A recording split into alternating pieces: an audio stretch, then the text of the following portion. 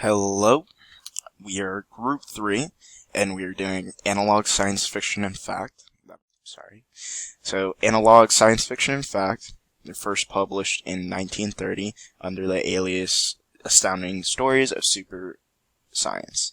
And at first, it was the main goal of Astounding Stories was to wow the reader by publishing imaginative stories, fantastical stories that were surely never going to happen in real life, no matter how advanced society became. It just would not happen until an editor named John W. Campbell came by and he decided to change both the content and the name. So he thought Astounding Stories of Super Science was too sensationalized, or it was sensationalizing the science, and he wanted to have something more based in, or rooted with hard science and facts. So he decided to change the name to Analog Science Fiction or Fact, where it's speculative fiction, but it also has elements of fact, or elements of science to make it seem like it was possible to reach whatever was in the story. So The Analog Archive at the Georgia Tech Library encompasses 24 issues from January 1970 to December 1971. Here are just a couple of the eye-catching covers and advertisements that can be found within the archive.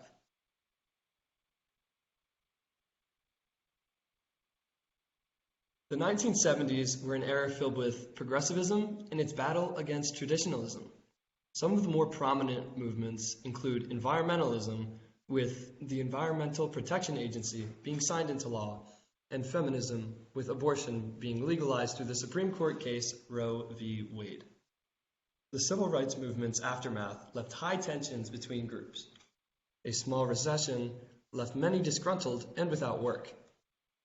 American troops had been fighting in Vietnam for 8 long years before the 70s even rolled around. Anti-war sentiments continued into the 70s and stirred up a sense of pessimism in many young adults. To add more, as if the situation could not get any worse, the Pentagon Papers were released in June of 1971, explaining how the government had been misleading Americans for years in this war effort, exponentially growing the feeling of anger among most Americans. The new right emerged in response to these changes, demanding American society go back to its traditional way of life.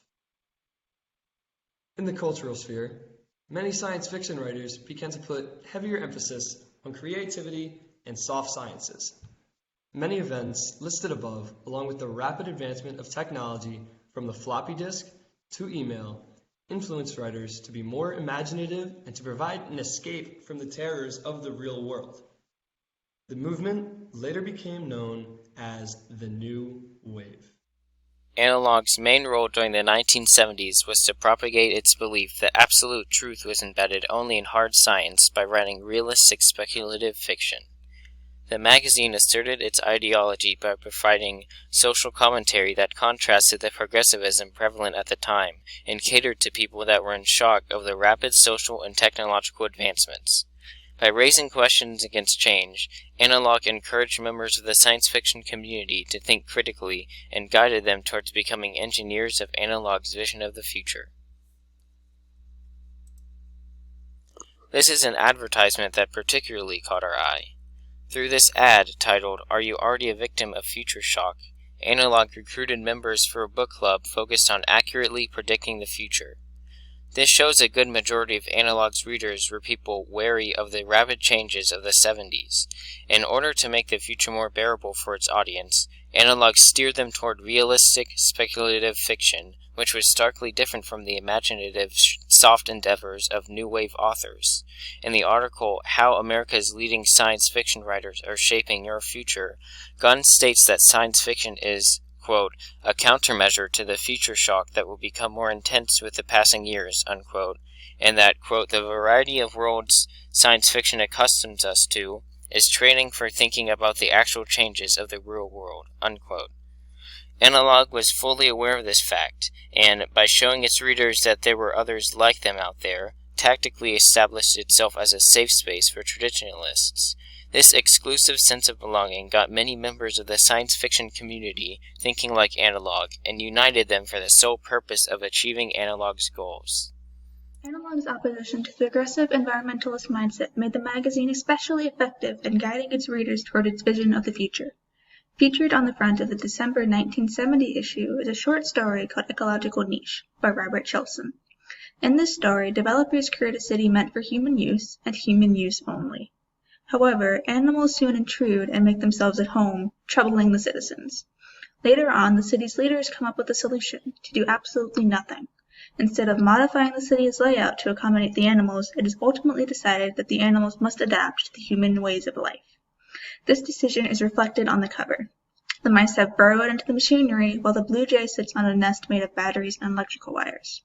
This goes against the newly established environmentalist movement of the 1970s, which saw humans as the ones that should be yielding to wildlife. Instead of thinking about soft sciences such as ethics and morals, Analog relies only on evolution, a well-established principle of hard science, to assert its beliefs and to challenge its readers to think critically. This type of social commentary opened readers' eyes to a method of problem-solving that was more in accordance with Analog's principles than progressivism. In every issue was a section dedicated to explaining the newest inventions and discoveries in the scientific community. Examples include the solar corona in the February 1970 issue, a machine called MR Robot in the May 1970 issue, and charts and graphs explaining recent Soviet space technology in the October 1970 issue. Each informational also included a bibliography full of citations in academic journals and of acclaimed professionals. Furthermore, Analog put a heavy emphasis on the importance of higher education through periodic ads. In the reading, It Is All About Faith in Our Future, Ginger states that science fiction becomes science fact when fans actively engineer events to make it true. Analog knew it had to prime readers into thinking and writing like itself for its fiction to become fact.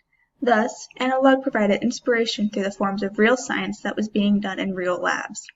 This oriented readers towards becoming educated individuals that would one day be capable of realizing Analog's vision of the future. Just because Analog focused on hard science doesn't mean it didn't dabble in extraterrestrial life. In fact, Analog made the topic much more believable. In this article titled Life as We Don't Know It by Rick Cook, featured in the November 1970 issue, Cook first explains a couple of environmental extremes possible on Earth, such as a pH level of 0 and a pressure level of 1,000 atmospheres. Then, he talks about how these limitations go beyond what the average person would typically consider to be possible on Earth, and poses to the reader a question. If such bizarre conditions are possible on Earth, then how is alien life any more bizarre? By utilizing the extremities of Earth as a reference point, Cook makes the concept of extraterrestrial life more believable than if it were to have been presented without. This also brings the reader to agreement with the magazine's beliefs and gets them asking similar questions about the topic at hand. By getting more and more people intrigued in its fields of interest, Analog transformed its readers into explorers of science and increased the likelihood of its desired future coming into fruition. These pieces of primary evidence corroborate the point about how science fiction can be considered to be a cultural religion because it mirrors several dimensions of religion. First, the institutional dimension. Michael Gender claims religious movements often engender certain divisions in response to current events. The schism between Analog and the rest of society regarding progressive changes, as evidenced by Analog's retaliation against environmentalism, gives the magazine an individualized identity that distinguishes its readership from everybody else. Next up is the philosophical dimension, which is exemplified by Analog's pursuit of traditional science fiction. Readers look to the magazine's narratives for the meaning of absolute truth, and Analog asserted it to be within the hard sciences, which also helped the readers understand and give purpose to concepts larger than human life. Lastly, the emotional dimension. In her article, Aileen Gunn praises science fiction's capacity to spark an imaginative fire in readers who have the technical knowledge to help realize its visions. The The way in which Analog employed this capability to encourage its readership into actualizing its vision of the future parallels the powerful emotional dimension commonly found in religions.